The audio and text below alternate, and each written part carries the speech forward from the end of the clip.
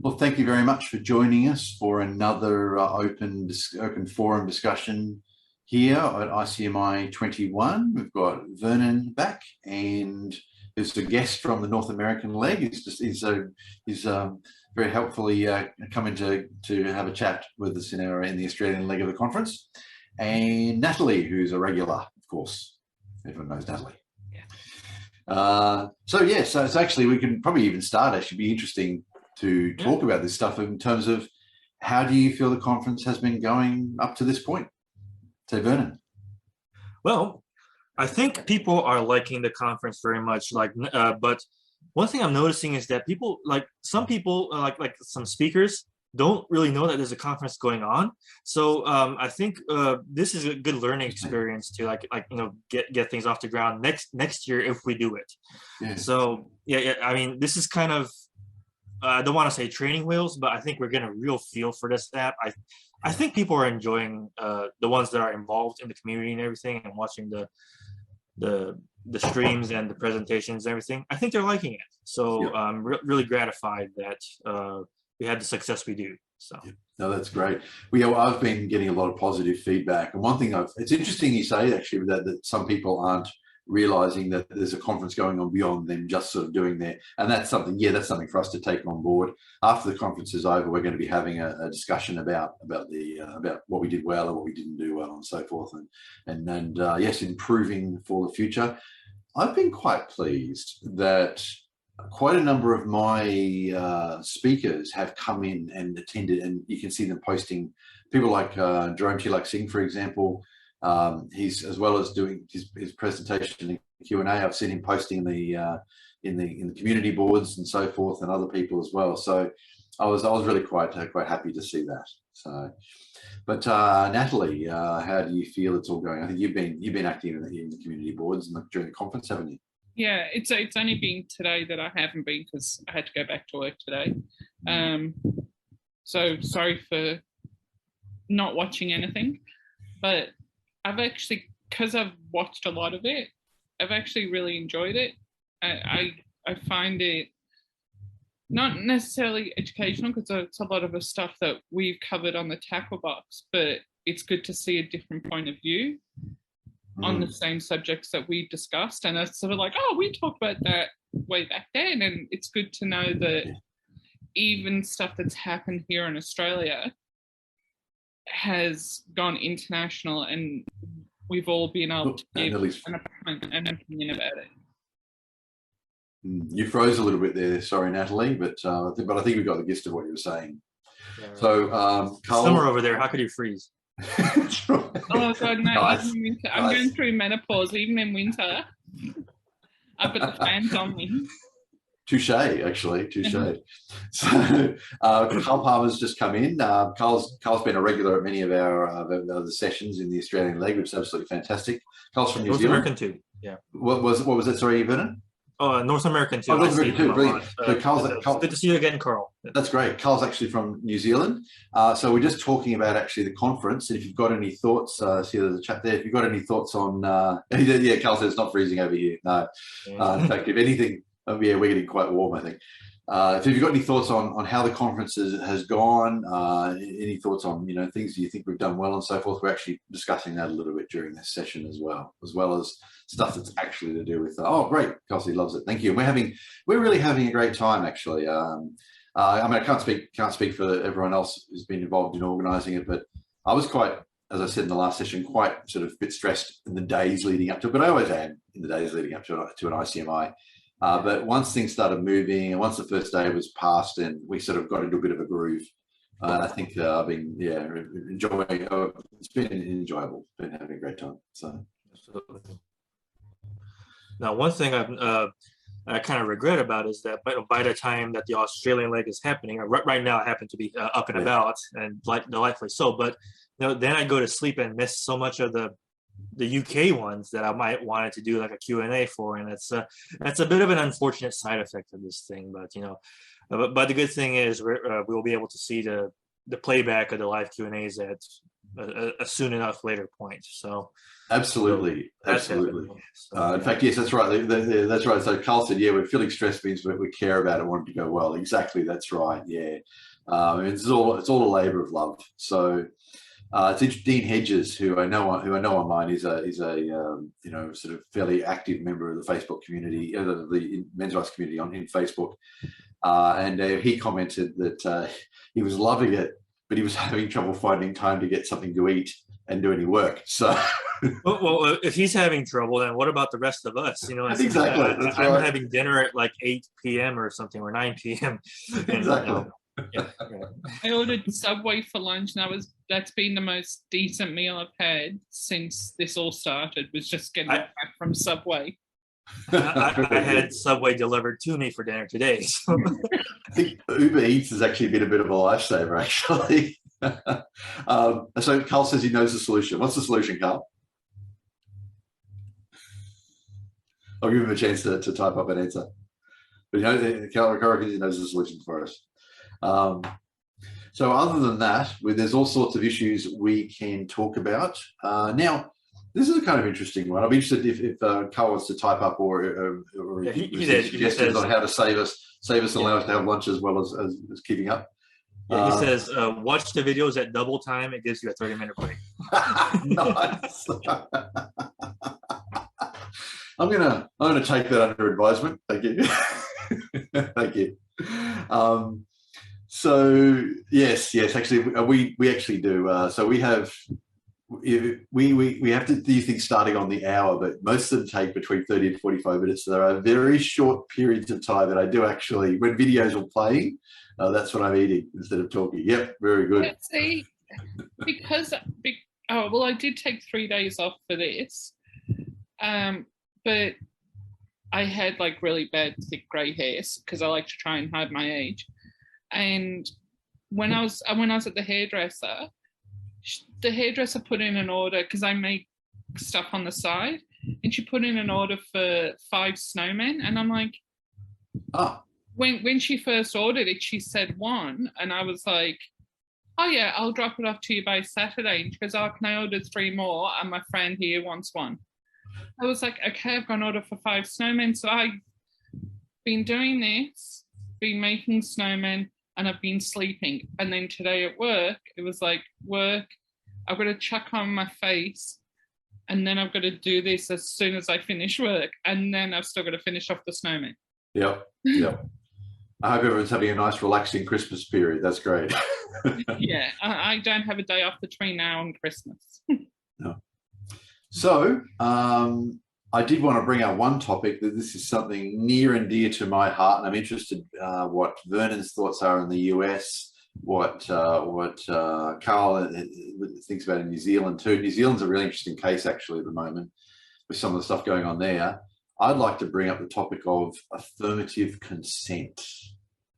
Now, it's a topic we've talked about in the past, but okay, to give a quick rundown. So this is something that's really topical in Australia, and there are some other countries who are going this way as well. I don't think the US is doing it as quickly. Basically, in the 90s, it was, which part of no don't you understand? Sexual advance, no. Well, no means no, don't do anything. Most Westerners agree with that, and that's a pretty reasonable position to take. But we're past that now. Now we've got yes means yes, and that's affirmative consent. And the state of New South Wales here in Australia has just passed an affirmative consent law, so it is enacted now. And even the Law Council of New South Wales has said it shouldn't be done, but they've done it against the advice of their own expert lawyers, the Association of Lawyers. In Victoria, where Natalie lives, is about to pass a similar law. And there are a few other countries. Some people argue they already have. I don't think any other country has gone over the line yet. They've come close. I don't know, Vernon, do you think there's much going on in the US, much discussion about consent, affirmative consent? In the universities there is, but I mean, other than that. Well, I think that, Chris might be like a little bit of a better authority on this one, but I think there's like a lot of talks here or there, that kind of thing.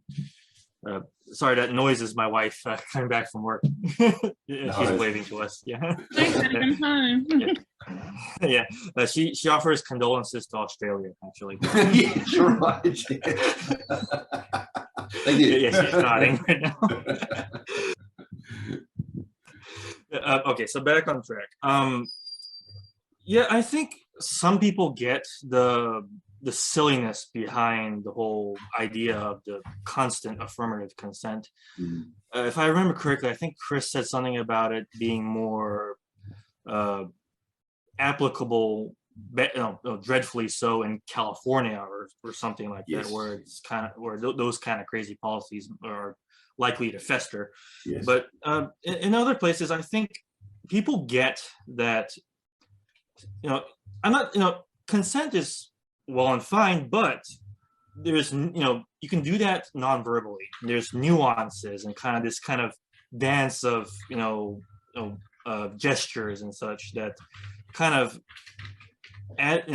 are part and parcel to the mystique of the sexual act, that magnetism.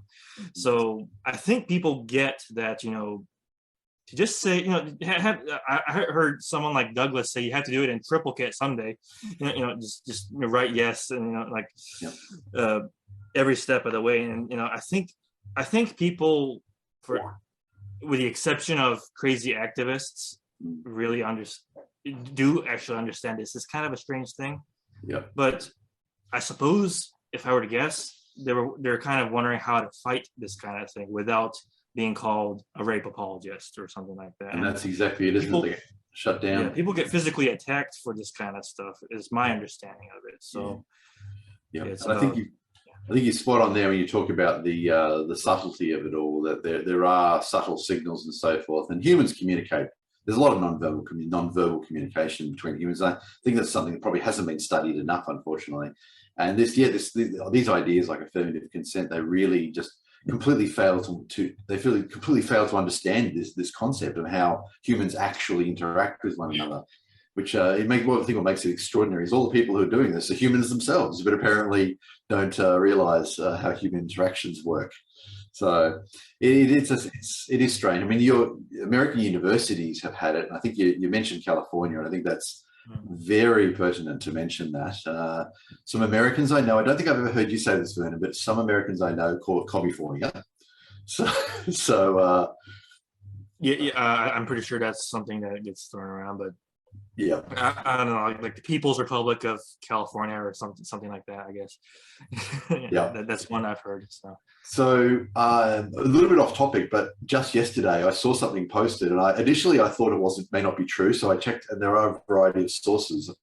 Apparently, it is actually true in California now that people are leaving their cars open and even the trunk open to show that there's nothing of value in there, because in certain parts of the Bay Area and in San Francisco, and I said initially when I thought maybe it wasn't true, it might have been a parody or something, but I found a number of news sources talking about this, a number of Fox News did and a few other news sources and mainstream media, and they're talking about people in the Bay Area actually leaving trunks open and so forth, because they're afraid their cars will get broken into. Now, this may be the first time I'm hearing of it, but I'm not in the least surprised. No. If it comes from California, no matter how crazy, assume it's true. Well, I mean, a number of Americans I know have been telling me about problems in California, and this seemed to be consistent. It did surprise me. I said I initially thought maybe it was kind of to come from Babylon B or something, or World was it another World News or something, which is a satirical site. World Daily News or something, I think it's called. But anyway, no, there were a number of, and they interviewed people who said they were actually doing it in California. So absolutely extraordinary. A little bit off topic, although I suspect it's related to some of the other problems that we're seeing in California. Yes. Anyway, so your universities have enacted affirmative consent, and there've been a lot of male students who have been expelled from universities on nothing but an accusation, been unable to present evidence. And the universities will have tribunals that men can't even present evidence, and then they're expelled from the university. Yeah, sure.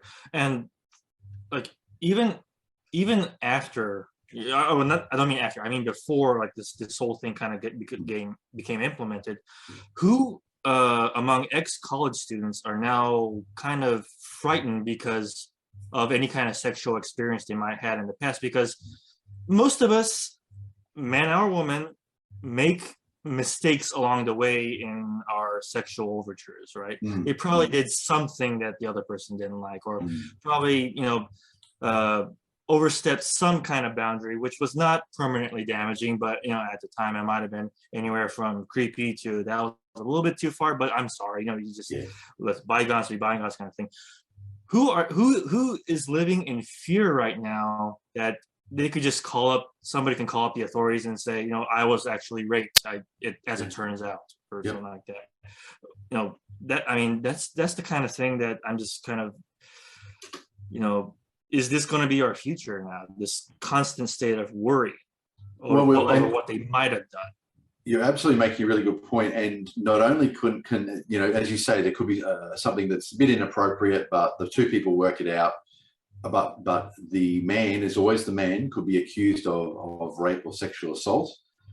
But what we're seeing now is it could happen 30 years later. So not only are you subject to events that just happened, you could be called out on something you did decades ago. I mean, what evidence is there the event even occurred, and yet men are being prosecuted on this basis? It's just happened to Mr. Big from Sex and the City with the remake. 2 women have since come forward in the last so many months saying they've been triggered by the ads for the new series of Sex and the City.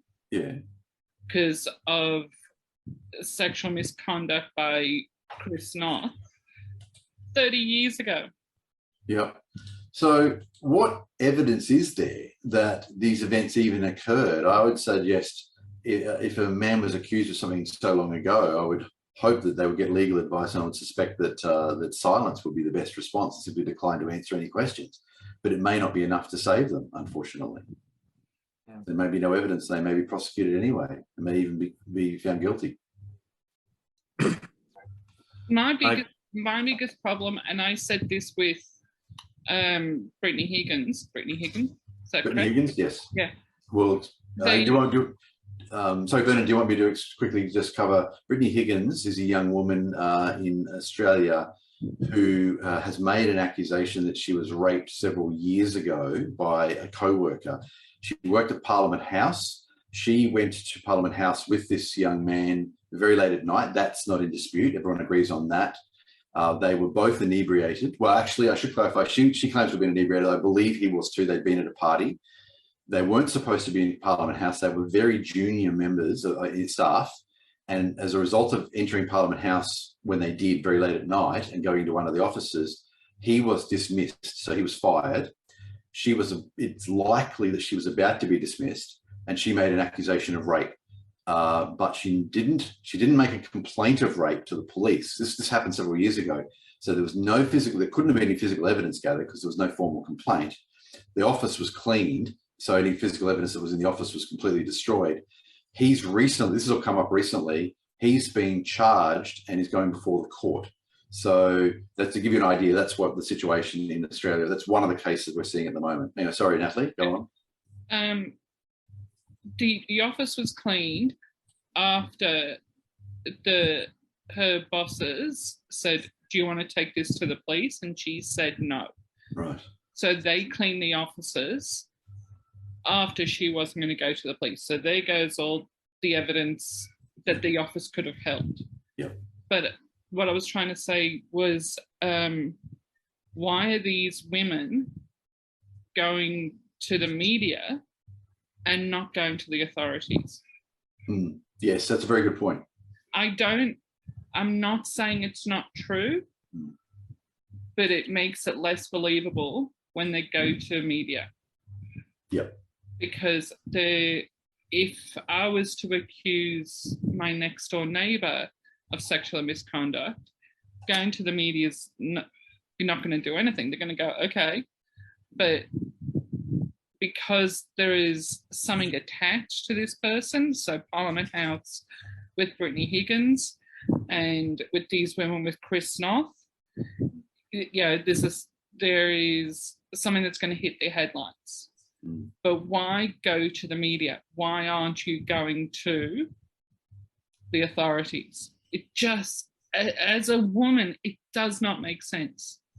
Well, Yeah. No, if go you're on. going Go to the on. media, I'm sorry, Robert, you had something to say? No, you go. You go ahead. Okay. The media means glamour. I think if you just went to the police, then you don't want justice. Well, I mean, if you just go to police, then maybe maybe you do want justice. But if you go to the media, you don't care about the justice. You just want the glamour, and you just want this horde of white knights, going and pointing the fingers at the accused. So it's more, the media thing is just more about the spectacle. It's about that kind of clout and just reputation, I suppose. So, going to the police directly would have bypassed all that, and it's more about actual, matters of justice, I suppose. But that's not their motive. I'm kind of with you, Natalie, in that I don't know if it's something that affects you as a woman so much, then the justice part will be probably more, in the name of her own integrity. It might have been the better choice, but you're going to make it everybody's issue. You're going to make it out into the world and make it everybody's pet problem. That's what I don't understand, is if the only reason why I've got a seed of doubt is because they've gone to the media, not the authorities. That's the only reason why I've got the seed of doubt. So they've done it. We've got a couple of comments. So Carl made a comment a little bit earlier when we were talking about the timing, about when she made the accusation. And he said because she wanted to save her job. Well, all I can say is, the timing was really interesting. And you may draw a certain conclusion. I may draw a certain conclusion. We can't say, but I did find the timing of the accusation to be quite interesting. Also, Carl said maybe she went to the media because she wanted to save her job. No, she went to the media quite a bit later. So it was actually a couple of years later. So initially, after she made the accusation, she was retained as a staff member by her employer, who's a member of parliament or a senator. I can't recall which, but anyway, she was retained, and she was also, I think, allowed to work from home for a while, so she didn't have to work in the same building and so forth. But it was only a couple of years later that it all came into the media, and that's only really quite recently, within the last 6 months. And she then, after it went into the media, she made a formal complaint to the police. The police investigated, and they subsequently charged him. Now, as we said on a previous episode, to the best of my knowledge, there's no physical evidence, because no evidence gathering was undertaken. He has not admitted anything, and there were no witnesses. So it seems to me the prosecution have set themselves a pretty high mountain to try to get over if they're going to secure a conviction in a fair court. I, for one, will be watching this court case with great attention. Just on what we know at the moment, if they secured a conviction, I think it would really draw into question the impartiality of Australian courts. Now, maybe there's something I don't know about the case, but just on the information that is available at the moment, I'd really have to question how they could get an impartial court could return a guilty verdict in a case like this. So Dean Hedges, says character assassination. Well, yes, I mean, he's been named now, by the way. So the media did not name him for a while, but after he was charged, they did at least wait until he was charged, but now they have actually named him. So, I mean, there's talk of in Australia, victims of sexual assault have a right to anonymity, and in Australia, I would hope that accused should also have a right to anonymity before a conviction, at least. But that's something that really needs to be done in many countries. We do have a quick comment from Carl. He said, in relation to some of the stuff we were talking about with affirmative consent, is what is happening on our campuses the modern version of witch hunts, but now on males? So, Natalie, do you want to start with that? You want to make any comments there? Not when you put you on the spot. Yeah, sorry, no, Brock was just what my son was just walking past. Right.